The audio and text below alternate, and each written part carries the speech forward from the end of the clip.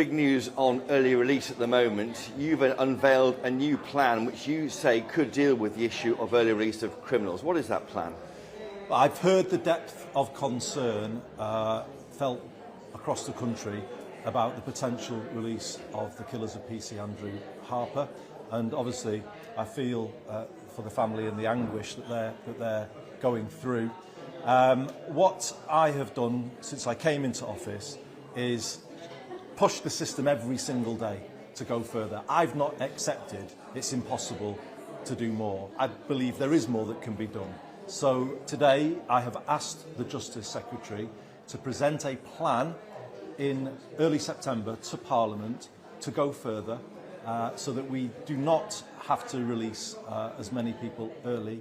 Well, there you go. This is GB News Originals. I'm Emily Carver. Please do give this video a like and subscribe to our channel for more content like this. And do leave a comment. Let me know what you think. And that plan will include issues like returning more foreign national offenders to their country of origin and looking at the injustice of IPP sentences which have led to young people, or young when they were imprisoned, being imprisoned indeterminately, and that clearly is unfair.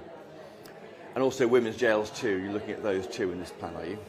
Yes, we're going to look at all of those aspects alongside other measures, and the proposal will be to find new ways of freeing up space within the prison system so that we do not have to release offenders early, and particularly the most serious offenders like those involved in the killing of PC Andrew Harper. So I am confident that there is more that can be done.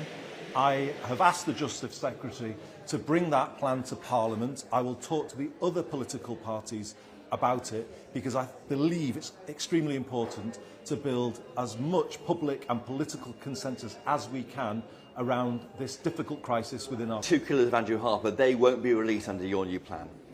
What I have said is that I believe we can go much further, and I hope we can get to a position where people who have committed the serious crimes are not in the position where they are being released early, and that would include the killers of PC Andrew Harper. That is my intention. I believe we can do it, but I now have to give time to the Justice Secretary to develop that plan, put in the detail and present it to Parliament in around 3 weeks' time. And what is behind the change of heart? You said in the Telegraph last month that you had pushed to the very limits of what's possible.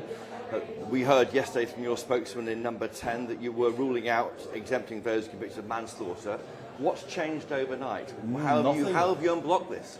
Nothing's changed. I came into office and started pushing on this issue, and I have pushed every single day in office since then, and I've never accepted that there is nothing more that can be done. We did first exclude those charged with rape, convicted of rape, serious sexual offences against children, those convicted of offences linked to grooming. But I then said, but we also need to go further. And in my view, there is more that can be done to free up places in the prison estate, and that is what the Justice Secretary's review will look at. I do believe we should look at particularly at the sentences that have led to young people being in prison for many, many years, the so-called IPP sentences. I know there is concern across the political spectrum about those sentences. I believe it should be possible with political consensus to develop a plan that leads to the lower risk offenders beginning to be released, and that will help ease the pressure, and it will create a situation where those convicted of the most serious offences stay in prison longer and serve their full term. And on this one, finally, what have you learned from this? You're new in office, you were told you couldn't do something, and now you say you can do it. No, I didn't say that. I've been pressing every single day to go further. I don't want to see a single prisoner released early, and that's the spirit that I've brought to the first 3 weeks that I've served as Prime Minister. And I have always worked like that. I've never taken no for an answer, not in the past, dealing with Hillsborough and other issues, and not now when I'm facing the situation that I'm looking at now. It's always been my style. I won't give up, and I believe there is more I can do. It's my job to speak up for the public on this issue. I kind of take that duty very seriously indeed, and I'm confident there is more that can be done and will be done to address public concern. And you'll meet the mother of Andrew Harper. She wants to meet you. Well, and my office was in touch with the family last night, and I know the Justice Secretary is in regular touch as well. So we will keep close to the family through this whole process, because we understand how difficult this process has been for them. By Thames Valley Police and Crime Commissioner Matthew Barber. Matthew, good morning. Thank you so much for joining us on Britain's Newsroom. Do you welcome this latest statement by Number 10 that they are now going to try and find a way to keep PC Harper's killers in jail? Well, of course, I'm glad that the Prime Minister is considering this again. But as you've already said on your programme, this has been all over the place for several weeks. It was 3 weeks ago that the Prime Minister first promised a review. And since then, on 2 or 3 different occasions, the government have claimed they were able to find a solution and then decided that it wasn't possible. And now we're back to hopefully them looking to find a solution. I'm really clear this can be done. I've worked with colleagues in Parliament. I've got an amendment that could be used by the government. There are other solutions that have been considered, such as the length of sentence. The chairman of the Prison Officers Association was talking about ideas yesterday to free up prison capacity. This is, in many ways, a problem of the government's own making because of the nature of the Sentencing Act. So, yes, I'm pleased that the Prime Minister says he wants to act in these cases. More than 913,000 people have now signed the petition. But frankly, I'll believe it when I see the ink dry in September when Parliament is back. And it won't solve all of the many problems of the Sentencing Act that you've touched on already. And what about, Matthew, the issue? So look, I think it's a straightforward thing. Miriam and I disagree on this. You say that the killers of emergency workers, police officers, paramedics, are exempted from early release. If they change the law to do that, can they change it to make it retrospective to keep these ghastly creatures behind bars? In my view, that can be done. I would disagree with it being retrospective. It's not about changing the sentence they were given. It's actually about reinstating the sentence that they were given on the day they were found guilty. Yes. So behind the closed doors of Westminster, the early release scandal threatening to tear British justice apart. Welcome back to Britain Underneath, the home of uncompromising, unvarnished analysis, where we strip away the polished media briefings and expose the raw power plays driving British politics. Before we unravel this extraordinary institutional crisis, please support our independent journalism by subscribing to Britain Underneath and hitting that notification bell. Subscribing ensures you never miss a single deep dive into the hidden corridors of power, and it directly supports our mission to bring you the truth. Now, let us explore the extraordinary civil war breaking out between Downing Street, the courts, and the police. What happens when a government's foundational promise of public safety collides directly with a prison system on the absolute brink of total structural collapse? You get the defining political scandal of the season, a masterclass in ministerial policy reversals, and an unprecedented revolt by the nation's top law enforcement officers.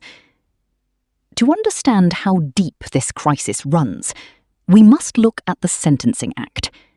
Faced with overcrowded prisons that were rapidly running out of physical cells, the government introduced a mechanism to automatically lower the release threshold for fixed, standard, determinate sentences from half or 2/3 down to just 1/3 of a custodial term. It was framed as an unpleasant, operational necessity to prevent system failure. But the devil, as always in Westminster, lives in the detail. When the scheme was outlined, ministers excluded certain categories of crime, notably rape, serious sexual offences, and child grooming. However, the blanket legislative framework left a catastrophic loophole. It completely failed to exclude individuals convicted of manslaughter. That oversight set off a political bomb. Among those eligible for early automatic release under the initial parameters were Jesse Cole and Albert Bowers, two of the men convicted of manslaughter for the horrific 2019 killing of PC Andrew Harper, who was dragged to death behind a vehicle while responding to a theft in Berkshire. The prospect of men convicted in the death of a serving police officer walking free halfway through their 13-year terms ignited a ferocious wave of public fury. Over 800,000 citizens signed a petition demanding an immediate halt, while PC Harper's family expressed profound heartbreak at what appeared to be an unforgivable institutional betrayal. If you value this level of detailed political forensic analysis, please take a moment right now to subscribe to Britain Underneath. Your subscription genuinely helps this channel grow, allows us to keep producing high-level commentary, and ensures you remain ahead of the curve on every major political breakdown in the United Kingdom. Downing Street initially attempted to defend the policy boundaries. The official line from Number 10 was that ministers had pushed legal frameworks to their absolute physical limits, insisting it was legally impossible to carve out specific individual manslaughter cases from a general statutory instrument without triggering endless judicial reviews. Then came the reckoning. Within 24 hours, the political narrative collapsed under immense public pressure. The Prime Minister executed a remarkable public pivot, declaring that he had never accepted that nothing more could be done, and ordering Justice Secretary Alex Norris to urgently construct a revised operational blueprint for September. The goal? To carve out new prison capacity, specifically so serious offenders, including the killers of PC Harper, would remain behind bars. To achieve this sudden, desperate expansion of cell availability, ministers are now scrambling for unorthodox alternatives. Among the options being evaluated are deporting significantly higher numbers of foreign national offenders, accelerating the review and conditional release of individuals serving old, highly controversial imprisonment for public protection sentences, and even repurposing space within the female prison estate to accommodate male inmates. If these proposals sound like an emergency apparatus assembled under intense duress, that is because they are. The sudden shift in direction has sent shockwaves through the entire criminal justice ecosystem. Over 50 police leaders, including every chief constable across England and Wales, took the extraordinary step of signing a joint open letter to Downing Street. Led by figures like Metropolitan Police Commissioner Sir Mark Rowley, the country's top officers delivered a stinging rebuke, warning that allowing serious offenders out early shatters public trust and undermines the sacred compact between the state and the officers asked to run toward danger. Simultaneously, the trade unions representing prison governors and probation personnel have sounded alarm bells of their own. They warn that constantly shifting the eligibility criteria against strict statutory deadlines creates acute operational hazards. Probation officers are already facing immense, unsustainable workloads, to the point where union members recently voted for industrial action. This escalating showdown between Number 10, the police service, and the Ministry of Justice is far from resolved, and we will be tracking every development as Parliament prepares to debate the Justice Secretary's revised plan in September. Thank you for watching Britain Underneath today. Please subscribe to the channel, join our growing community in the comments below, and ensure you return for our next analysis as we continue to uncover what is really happening beneath the surface of British politics.